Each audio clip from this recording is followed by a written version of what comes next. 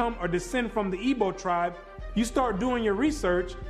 Well, let me find out a little bit more about this Igbo tribe. Then you find out that the Igbo tribe are known as fact descend from the 12 tribes of Israel. So then you say, hold on. Something's not right here. That's the exact reason why they don't go prior to the 1600s.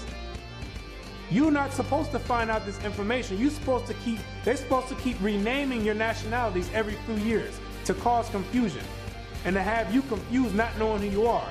Each year, something else come out. First you called Negro, then you called color.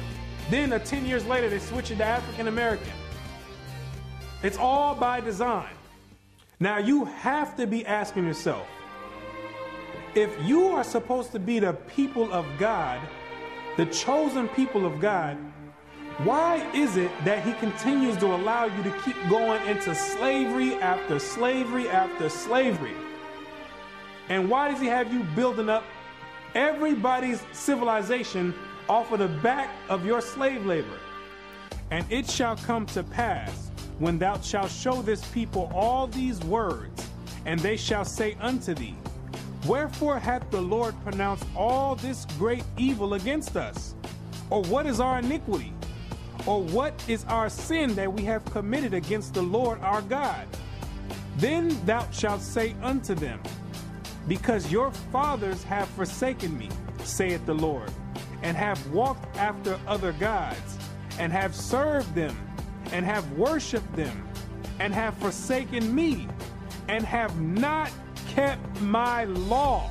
What you're going to realize is that when Moses brought you out of the land of Egypt and you entered into the wilderness, you entered into a covenant with the Most High God, the creator of everything you see in heaven and in earth. You entered in a blood in and blood out agreement with the creator. And he kept his end of the bargain, but you never kept yours. And he took the book of the covenant and read in the audience of the people. And they said, all that the Lord hath said, we will do, and be obedient. And Moses took the blood and sprinkled it on the people and said, behold, the blood of the covenant, which the Lord hath made with you concerning all these words. Once Moses sprinkled the blood on you, there was no way out of it. You entered into the covenant. And it shall come to pass, if thou shalt hearken diligently unto the voice of the Lord thy God, to observe and to do all his commandments, which I command thee this day, that the Lord thy God will set thee on high above all nations on the earth. And all these blessings shall come on thee and overtake thee, if thou shalt hearken unto the voice of the Lord thy God. You see, if you kept your end of the bargain, the deal was the Most High was going to set you above all nations on the planet Earth. You know, the same spot that the Europeans have today, that was supposed to be your spot if you kept his laws, statutes, and commandments. But, that means there's a stipulation. There's two sides of the bargain. It shall come to pass, if thou wilt not hearken unto the voice of the Lord thy God, to observe to do all his commandments and his statutes which I command thee this day, that all these curses shall come upon thee and overtake thee. Thy sons and thy daughters shall be given unto another people, and thine eyes shall look and fail with longing for them all the day long, and there shall be no might in thine hand. Thou shalt beget sons and daughters, but thou shalt not enjoy them, for they shall go into captivity. The stranger that is within thee shall get up above thee very high, and thou shalt come down very low. Moreover, all these curses shall come upon thee, and shall pursue thee, and overtake thee, till thou be destroyed, because thou hearkenest not unto the voice of the Lord thy God, to keep his commandments and his statutes which he commanded thee. And they shall be upon thee for a sign and for a wonder, and upon thy seed forever, because thou servest not the Lord thy God with joyfulness and with gladness of heart, for the abundance of all things. Therefore shalt thou serve thine enemies, which the Lord shall send against thee, in hunger and in thirst and in nakedness and in want of all things. And he shall put a yoke of iron upon thy neck until he have destroyed thee. God says you'd have the yokes of iron on your neck until he has destroyed you. So that means when he take the yokes of iron off, you were destroyed. When did that happen? In 1863, when Abraham Lincoln signed the Emancipation Proclamation. The yokes of iron came off. But at that time, your whole history had been whipped out of you. When the master gives you something, you take it. He gave it a name. It's a nice name. It's Toby. And it's going to be yours till the day you die. Now, I know you understand me, and I want to hear it. Again!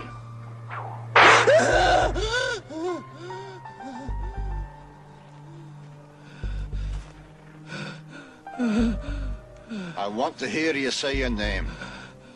Your name is Toby. What's your name? Gunther.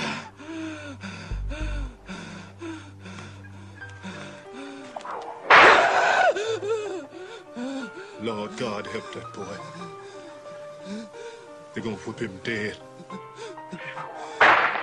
What's your name? Say it. Toby. Who are you? Say your name.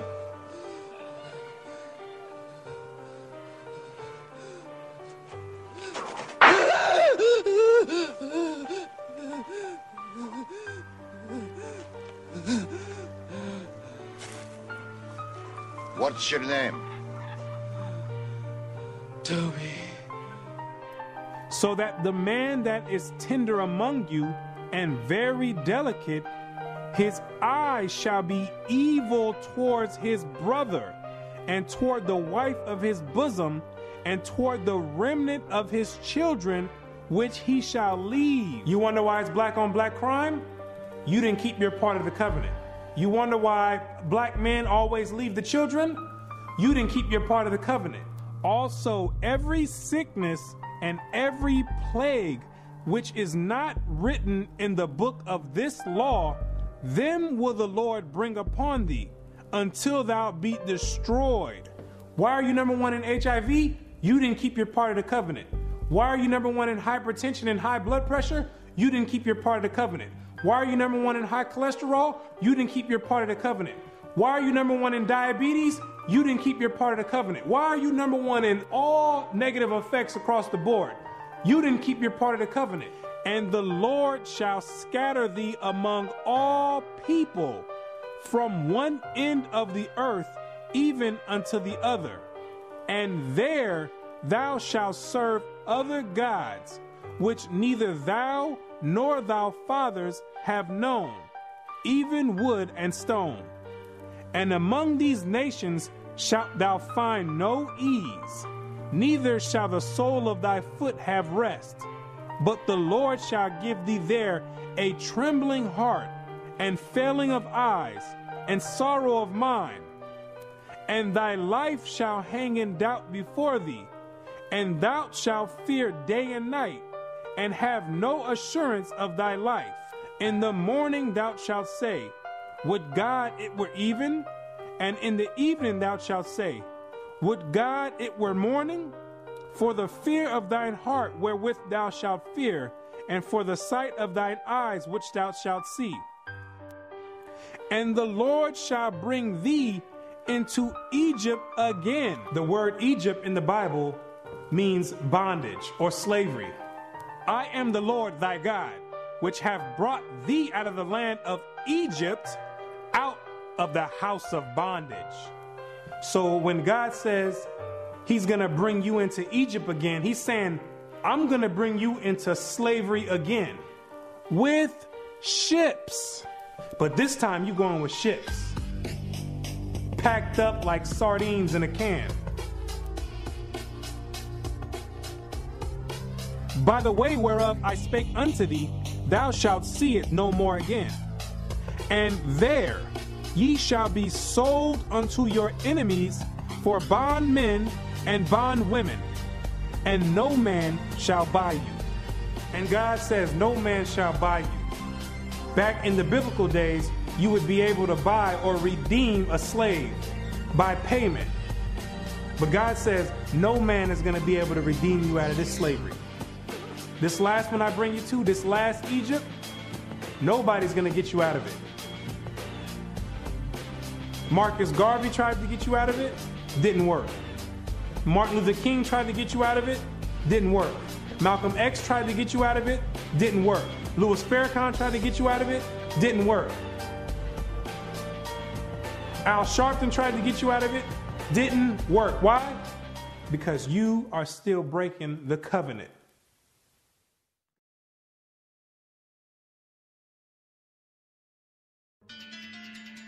If you're the real Israelites, who are these people over there in the land of Israel claiming to be you? Those are Romans, Europeans. They got pushed up in the South Georgia, Russia, in the Caucasus Mountains, and hid themselves under the name of Khazars. Between the 8th and 9th century, the Khazarian Empire under King Bulan adopted the traditions of the Israelites and mixed it with paganism and called it Judaism. Yes, we know your history too. Then after the Holocaust, which was politically motivated, the elite used that as a pretext to invade the land of Israel and took those Khazarian converts and placed them in that land in 1948. In May of 1948, a new Jewish state, Israel, was born in a bath of blood. Jewish troops routed Arab forces from the city of Haifa in the first of a series of battles that were to reverberate through the years.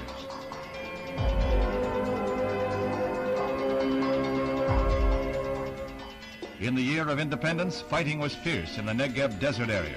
Here, Israeli troops routed the Arabs and took hundreds of prisoners. Meanwhile, on May 14, 1948, the new government headed by David Ben-Gurion is installed in Tel Aviv. Thus, for the first time since the Roman legion destroyed Jerusalem in the year 70 AD, the Jewish people have a nation of their own.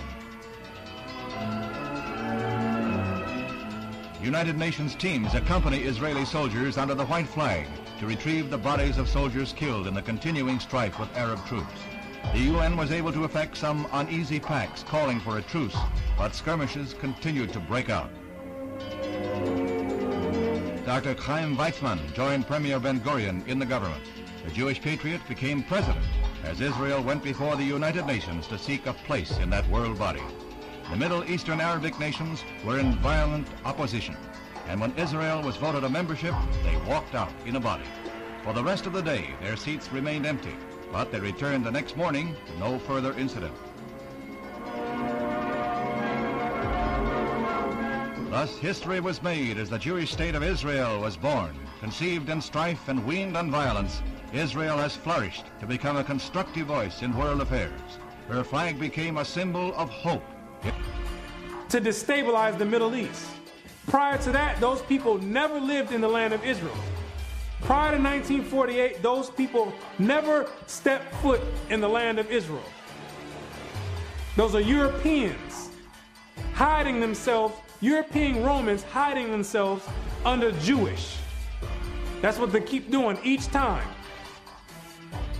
They keep going different places and taking on different nationalities. They're the same exact people. These are the same exact people that funded your transatlantic slave trade. Yes, the same Jewish man. the same Romans